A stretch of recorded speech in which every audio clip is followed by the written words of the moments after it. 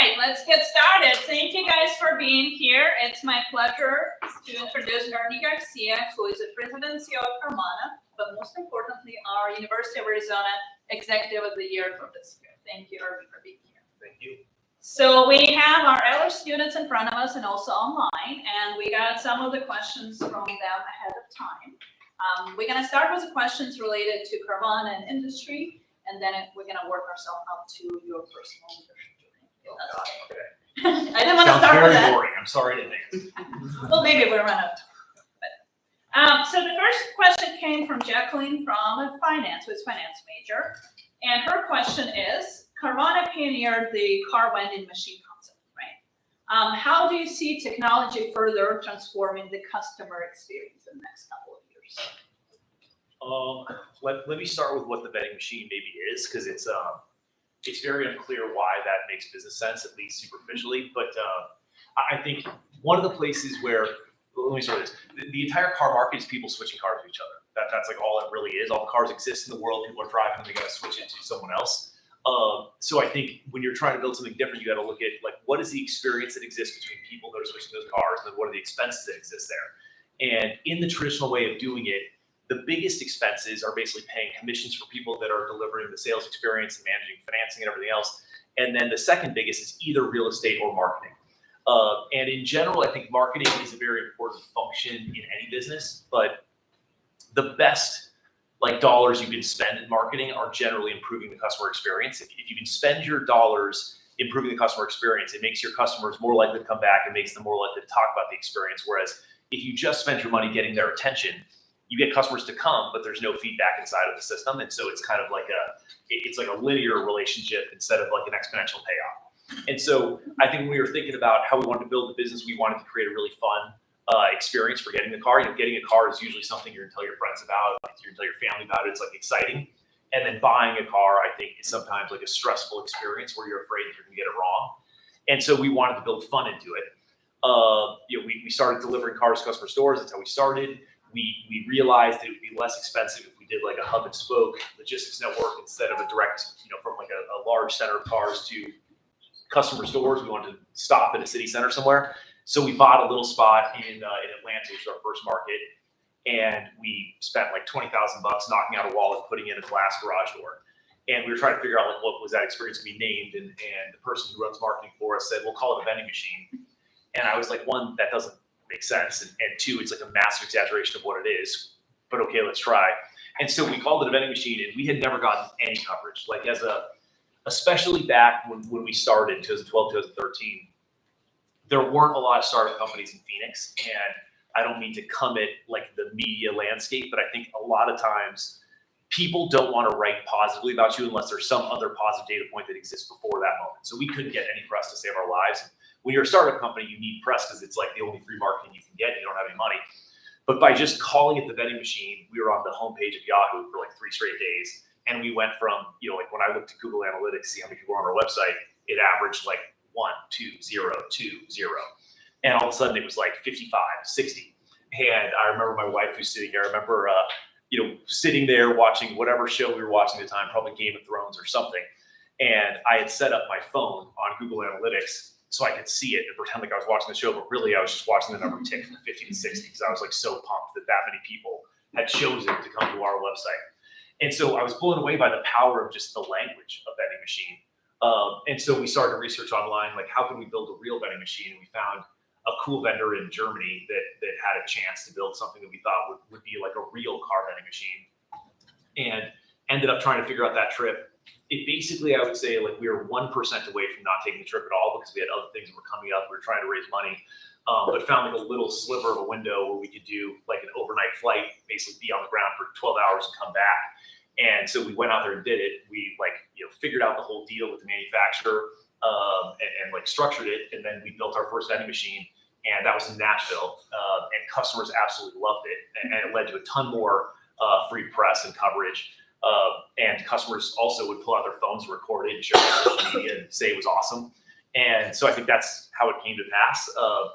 And it was like one of these awesome discoveries that I would say was not hyper rational in its origin. I think it was like so often in business we think that like everything has to fit in a spreadsheet, but people like awesome, people like cool, like that's a real thing.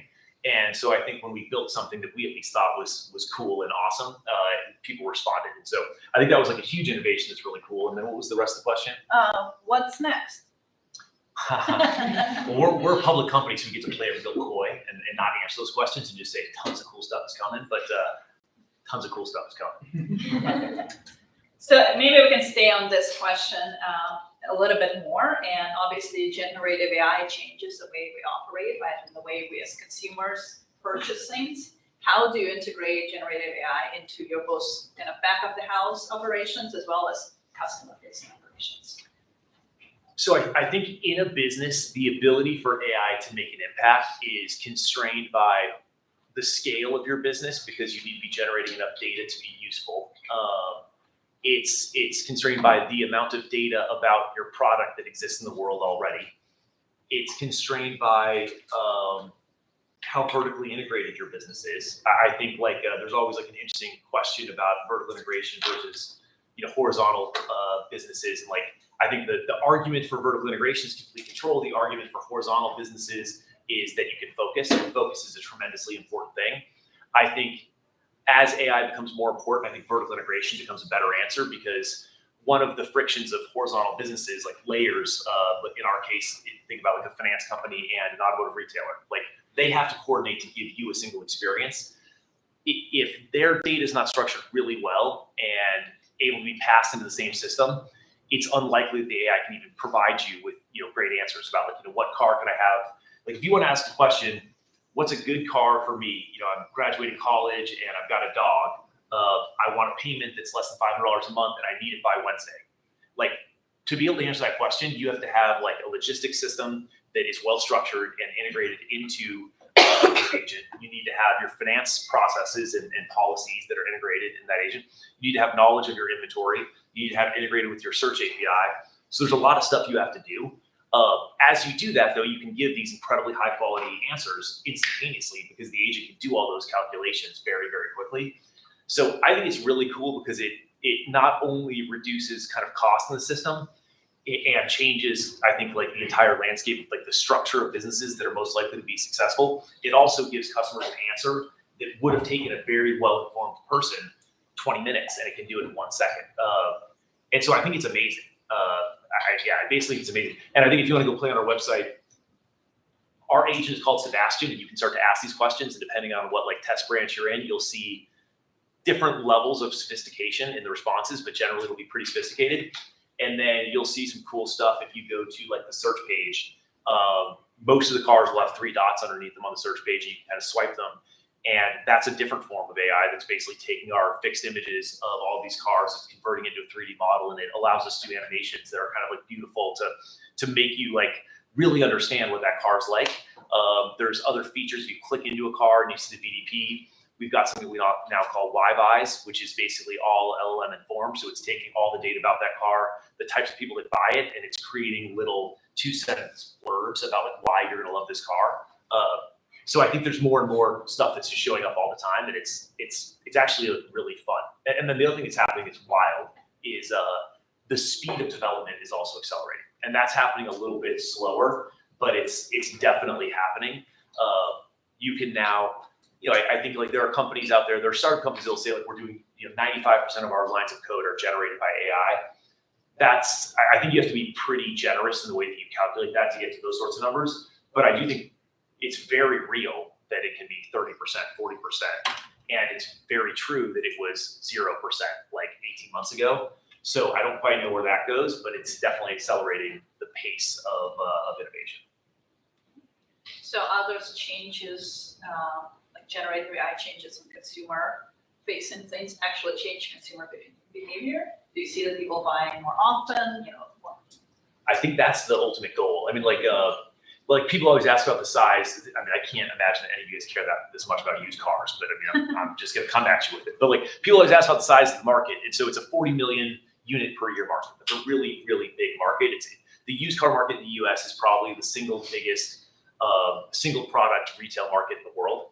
And the way it works is basically there's 270 million cars on the road, and people swap them out every 6 or 7 years. And then that math just reduces to there's 40 million transactions per year.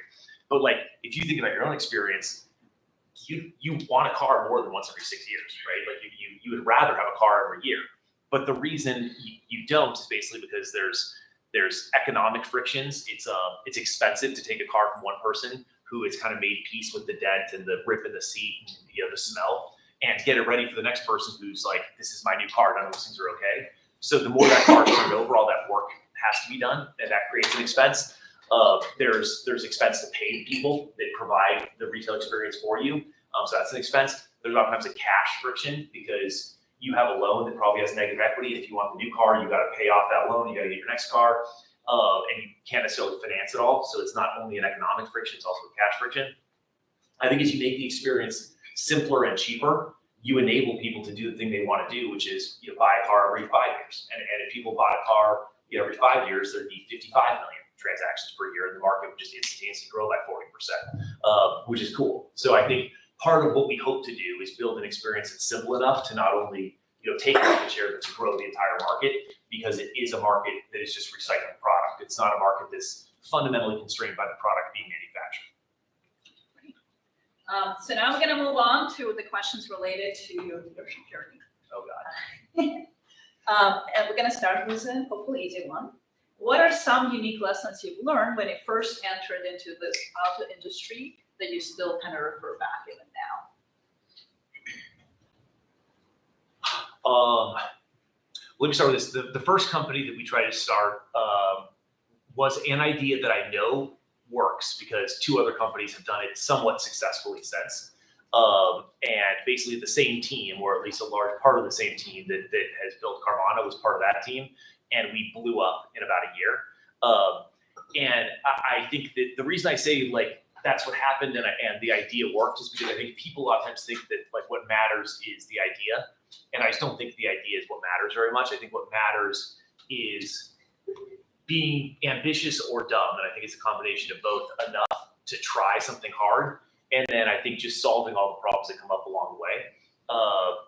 And so I think that to me, after we failed in the first business, one of the lessons was like, okay, we didn't know anything about this business when we started. We didn't have like any experience around it. And so it took us weeks to figure out things that other people knew in minutes because they were around the industry. And so, your speed of being able to make decisions and make impact is a function of how quickly you can solve problems. And I think that was something that slowed us down and made us worse in that business. I think there were a lot of other things too, but I think that was one of the things. So we wanted to go to something we knew.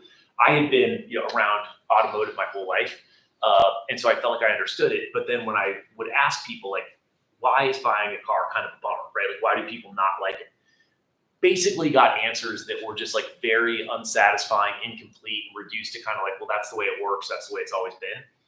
And I think that answer will always sit between you and anything new. People have a default assumption, I think a lot of the times, that like the things that exist in the world around us were very intelligently composed. And they probably were, but like the world changes, people's preferences change, technology changes, and the people that built all the things that were here to begin with, or when, at least from your perspective, they make mistakes all the time. Like they do things highly imperfectly. So I think you have to just be willing to like pick a direction that you feel strongly about, and then just go like march. And then you get punched in the face 1,000 times. You got to keep getting up. You got to solve the problems one at a time.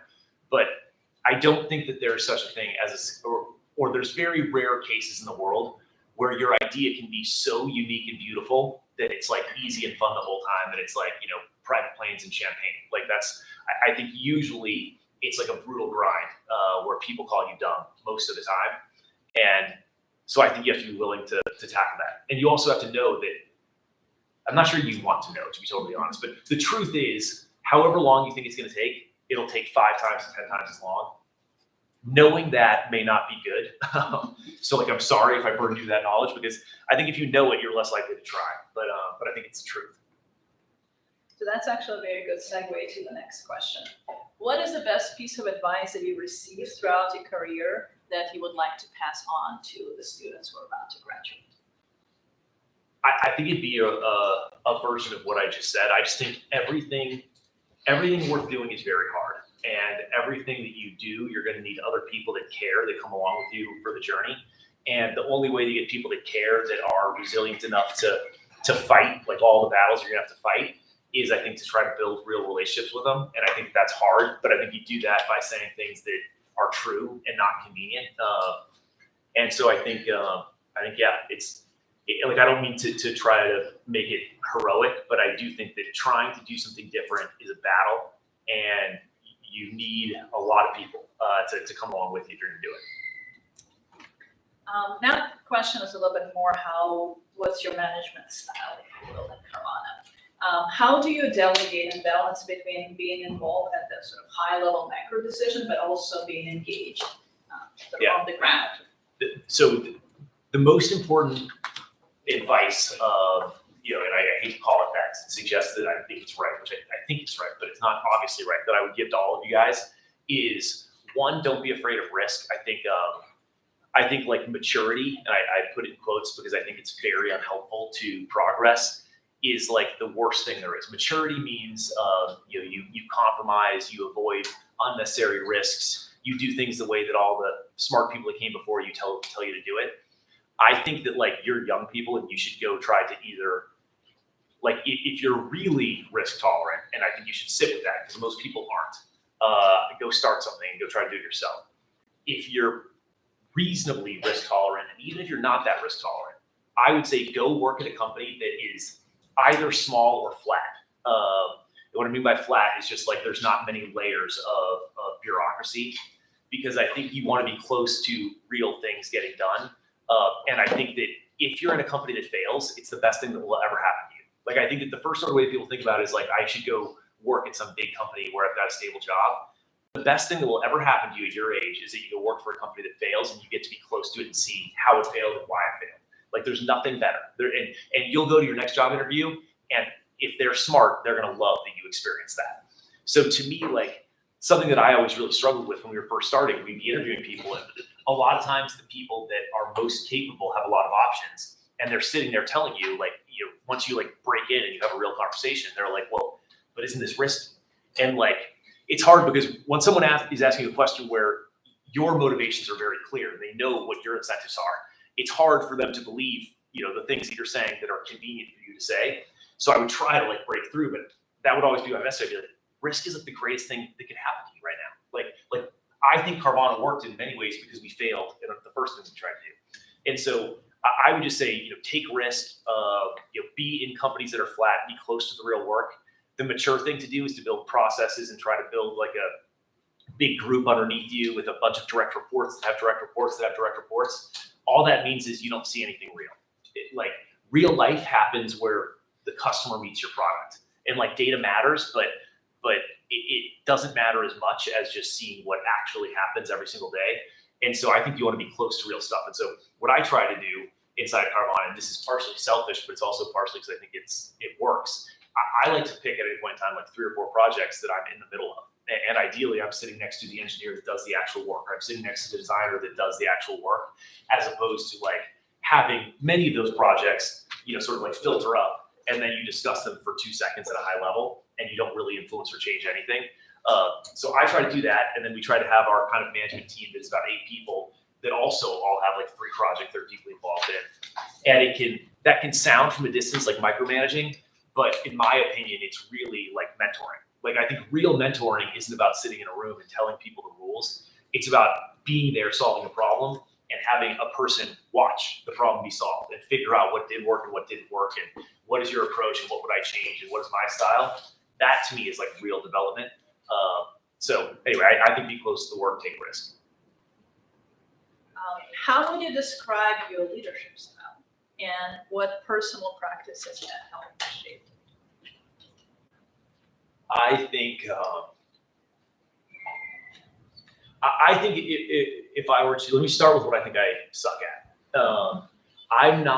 I'm excitable, and I want to work on the next cool thing, and I feel like I can see answers. I feel like I'm okay at seeing possible solutions to problems reasonably quickly.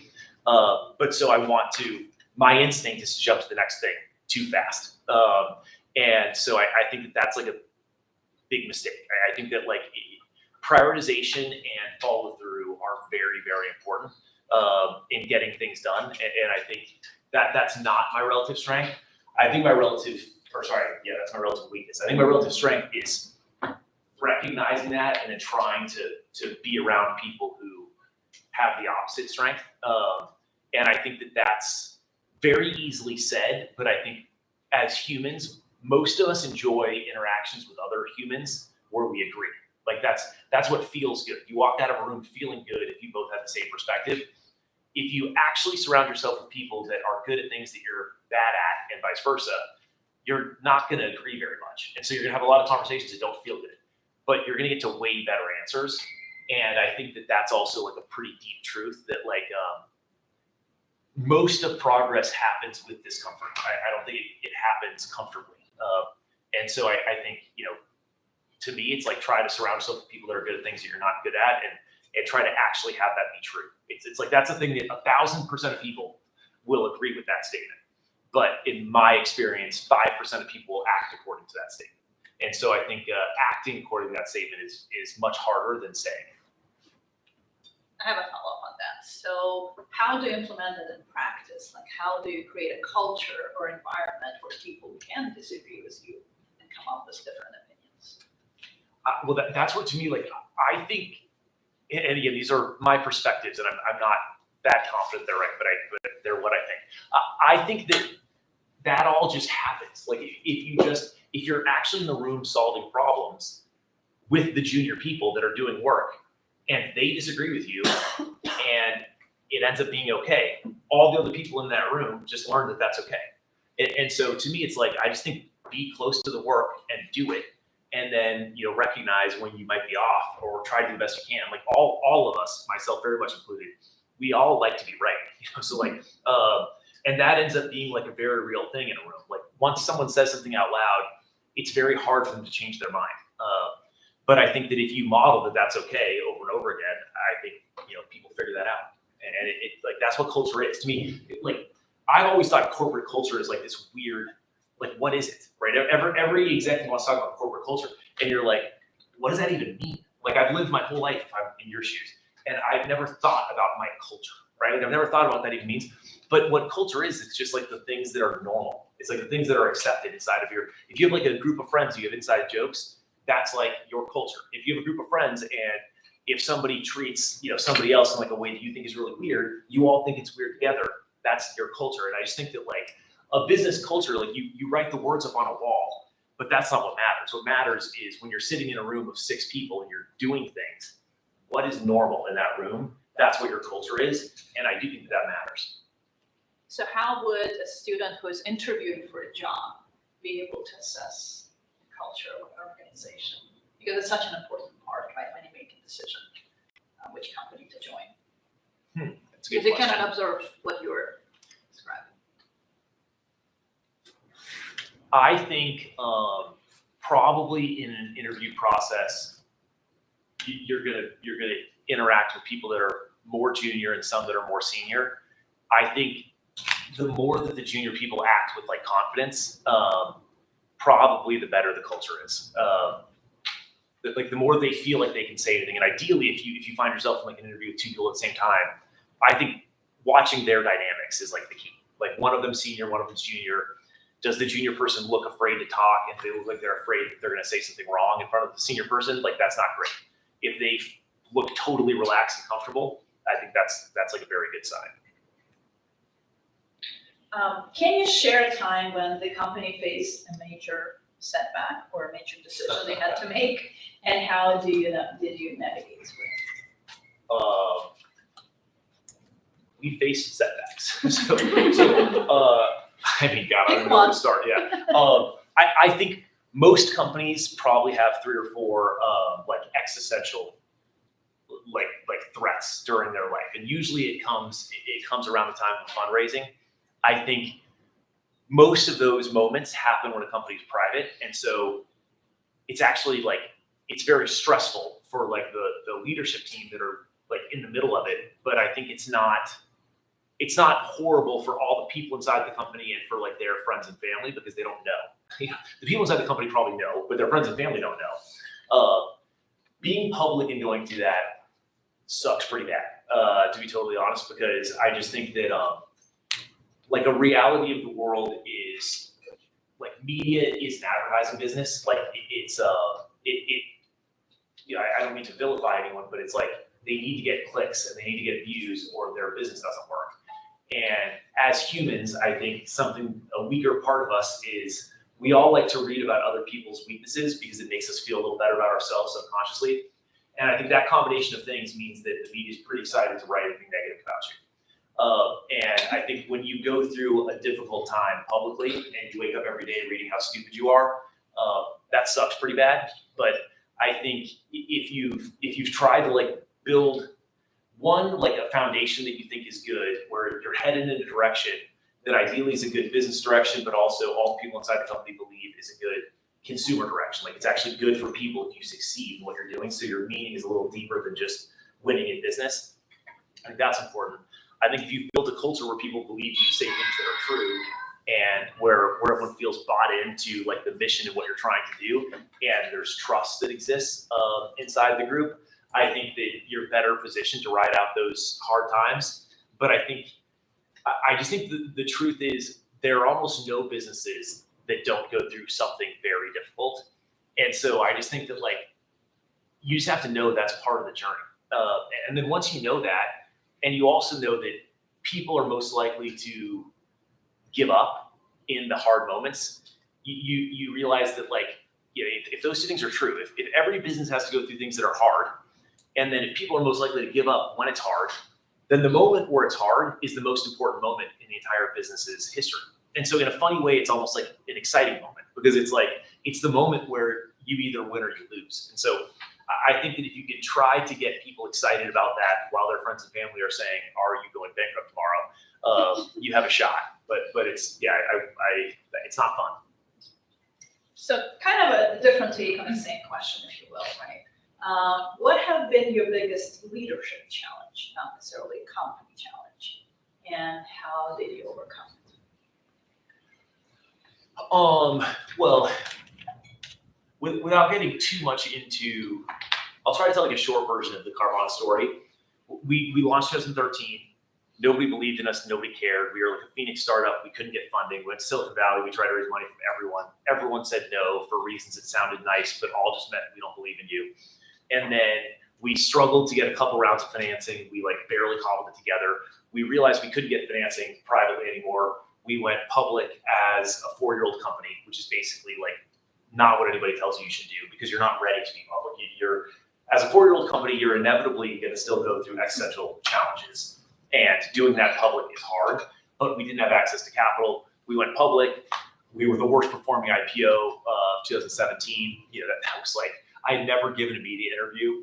And you go out, like going public is a grind. You go on the road show and it's like, it's basically 10 days of 40-minute meetings where smart people try to break you down and you're chugging water because you're like, like spewing into the world so many words. And then like you run to the bathroom, you go to the bathroom, jump down the elevator, you go in the car, you do it again. I lost like 10 pounds. You're exhausted. You the night before you find out, thank God, we're gonna actually price this thing. You price the thing.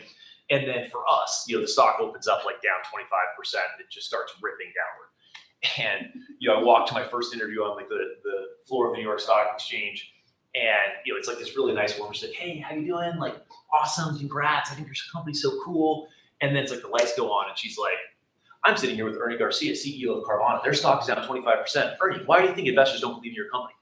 You're like, what just happened? Like, you were totally cool and normal 3 seconds ago. And then like the lights went on. And so that totally sucks. And so I don't know, you field that ball as best you can. And then you kind of like, whatever, ride through it. And we've had many more of those difficult moments. I think for a brief period of time in 2020, 2021, people all of a sudden were like, oh, okay, COVID, this makes sense. People like big themes. Like in real life, what matters is building something that's better for customers in lots of little ways over a long period of time. It's very hard. But narratives are more powerful when it's a big, simple thing. So when it's like, oh, it's COVID and people, don't want to go to dealerships, everyone believes in you. Like, so, okay, cool. That's like a simple narrative. Well, then we were like the cool kids at the business table for like a year and a half, which was fun. Like everyone laughs at your jokes and that feels cool.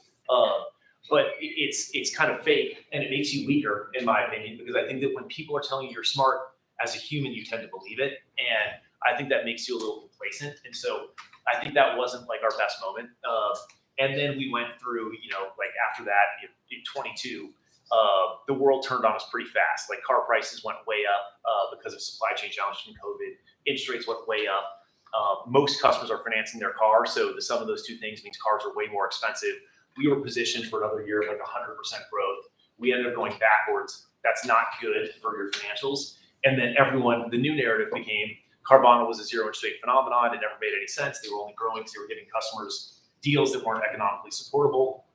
This is dumb, and not only are they dumb, they're also probably evil. Like all this was probably a grand design, and that was our most challenging public moment. I mean, our stock went down 99%, which is basically like Hertz went through a bankruptcy and their stock went down 96%. So like it's really hard to get a stock to go down 99%. But that was a challenging moment. As part of that, we had to go through layoffs, which is we did 2 rounds, and that's like not part of the dream, right? Like when you're imagining building something that you think is better for people and like this cool business, you don't imagine like sitting across from a bunch of people and hurting.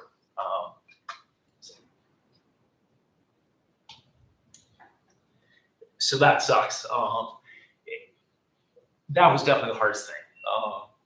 Just seeing all the people that you knew tried hard, and you had to like say goodbye, and then you don't know what they're gonna do next.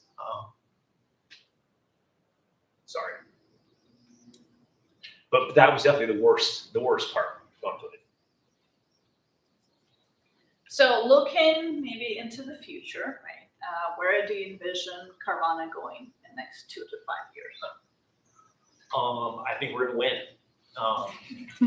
I think we've got a bunch of people that are really, really good at what they do, and I think we're positioned very uniquely. I think we tackled a problem for, I guess what now is 12 years that most people thought was dumb, and I think most people now recognize was at least like a pretty good direction to go. I mean, not to like toot our horn too hard, but we now are approximately twice as profitable as any other automotive retailer. We give customers a lower price. We're growing way faster than any other automotive retailer. So I think we're in a spot now where as long as we keep marching and executing and tackling all the problems that inevitably come, I think we're going to win. And I don't know exactly what that means, but I think we'll be a lot bigger and a lot stronger than we are now. I think we're in a pretty good spot now. I think it'll also be, like going through tariffs. It's like interesting, right? Like our stock is down. I don't know. I haven't looked at it today, but it's down around 50% in like the last month, as everyone's panicking about all this. In like a sick way, I almost kind of like that, to be totally honest, because it's like it reminds you that you have to fight battles. So like it puts you in a spot where people aren't laughing at your jokes, and everyone doesn't think you're smart all the time. But like you have to go do the hard things. And I think every company goes through hard things. And right now this is like not a Carvana hard thing. It's like a worldwide, very interesting, incredibly dynamic, complicated, but hard thing. But we'll go through 20 more of those. So like we'll have more challenges. Like we will wake up and read stories about how stupid we are many times. But I think on average we will win if we keep going. So very probably last question, because we're kind of running out of time a little bit here. Any advice you will give to this group and everybody's watching online, entering the market, which has so much uncertainty right now during the job market? I think utilize and learn all of these AI tools. I think I paid for like the brutally expensive $200 a month version of GPT where you get all the new stuff. But I use it like every day 10 times. And a big part of doing that is because I want to make sure I understand how it works. Because like when you see it working, you start to understand all the other possible applications much better. And I think that is the most powerful tool set that I feel like I've ever seen in my life. And I think it's likely the most powerful tool set that any of us have seen for like many generations. So I think you have to like learn that tool set. And I think the way to learn it is to use it. And then I think take risks and be close to work. And work at companies where you think you can learn. Like I think there's a very good argument that for like the first 10 years of your career, the most important currency that you're going to generate is like knowledge of what you like and how things actually work. Because there's a pretty big gap, I think, between the way you perceive the world, before you really enter it and the way it actually works. So I think work at places where you feel like you have a chance to learn a lot. I think that's like the most important thing you can do. And we all want to chase the title. We all want to chase like the salary, but I promise you for the first 10 years, that doesn't matter. Like work at places where you think you can learn, work with people that you think you want to learn from. And my advice would be willing to give up the title or the salary to do that, because that's going to pay you back. Like that's going to compound. The salary is one time. The title might compound a little bit, but it's going to compound in all the worst ways. It's going to compound in ways where it just pulls you to other companies that give you title. So I think be willing to give those things up and just try to maximize what you learn. Thank you. Thank you, guys. Cool. Thank you guys.